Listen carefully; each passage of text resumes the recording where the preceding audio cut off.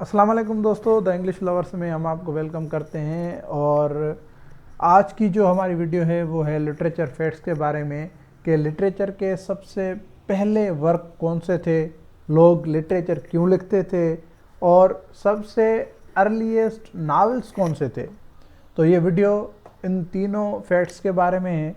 तो आइए चलते हैं, हम अपनी इस वीडियो पे बात करते हैं। लिटरेचर का काम तख्लीक करने के लिए अल्फाज का इस्तेमाल करता है। ये आम तौर पर लिखा जाता है, लेकिन कुछ काम तो लफ्ज़ों से चलते हैं।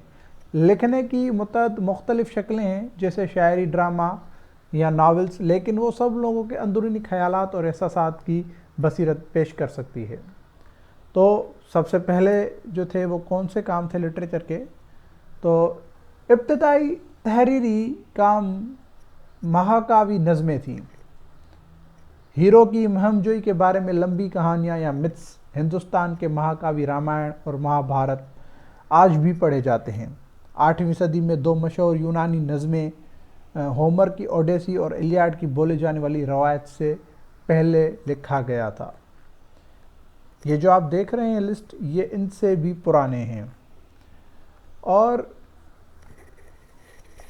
लिटरेचर डिफरेंट क्यों है इस इर्द गिर्द की दुनिया में?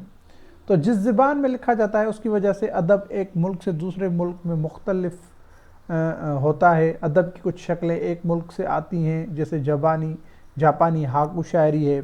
ताहम मोहब्बत, इंतकाम और मौत के मौज़ूआत हर जगह पाए जाते हैं। और उसके बाद है 1001 नाइट्स, जिसे अरबी रातें भी कहा जाता है। मशरिक़ वस्ता से रवायती लोक कहानियों का मजमूआ है, जिसमें शहज़ादे ने अपने शोहर सुल्तान को अपनी जान बचाने के लिए 1001 हैरत अंगेज़ कहानियाँ सुनाईं।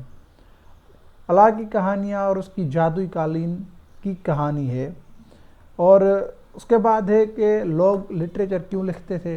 तख्लीकी लोग जो कुछ कहना चाहते हैं उन्हें इज़हार राय का एक ज़रिया तलाश करने की ज़रूरत है। मुसव्विर पेंट का इस्तेमाल करते हैं, मुसन्निफ़ीन अल्फाज का इस्तेमाल करते हैं और मुसन्निफ़ को आगाह करने, दरियाफ्त करने, तफरीह करने, मुतासिर करने और एक अच्छी कहानी सुनाने के लिए भी लिखते हैं। वो वाक़यात और ज़िंदगी को रिकॉर्ड करने के लिए नॉन फिक्शन भी लिखते हैं। और नावल कदी में एक कहानियाँ जो ख़याली किरदारों के इस्तेमाल से लोगों और मुआशरों को तलाश करती है। वो प्लॉट्स के इर्द गिर्द तैयार होते हैं और आमतौर पर लंबाई में 50,000 अल्फाज से ज़्यादा होते हैं। मतलब नावल जो होता है वो 50,000 वर्ड्स पर कंसिस्ट होता है। नावल को जनरेज नामी अफसानों की किस्मों में भी तरतीब दिया गया है। 1935 में पेंगुइन के ज़रिए पहला पेपर बैक नावल शाया होने तक ज़्यादातर किताबों में हार्ड कोर्स मौजूद थे। और सबसे पहले जो है वो नावल्स कौन थे? तो इब्तदाई नावलों में से एक डॉन क्विक्सोट 1605 था, जो हिस्पानवी मुसन्निफ़ मैगुएल डी सर्वेंटेस का था। तकरीबन 100 साल बाद जब नावल रॉबिन्सन क्रूसो 1719 में शाया हुए तो वो नावल मकबूल हो गए। अंग्रेज़ी मुसन्निफ़ डैनियल डिफो की तहरीर करदा ये एक दूर दराज जजीरे पर तन्हा जहाज़ में डूबे हुए शख्स की कहानी है। रोज़मर्रा की ज़िंदगी में अदब इतना अहम है क्योंकि ये अफराद को मुआशरे में बड़ी सच्चाइयों और नज़रियात से जोड़ता है।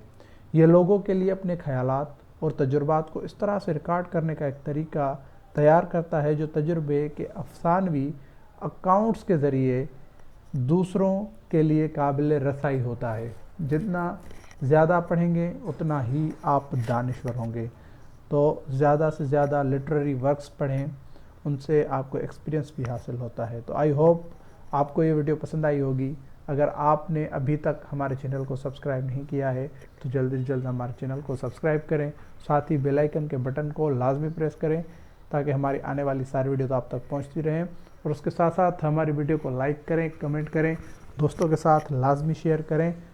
और आप हमें यूट्यूब, इंस्टाग्राम और फेसबुक पर भी फॉलो कर सकते हैं। शुक्रिया।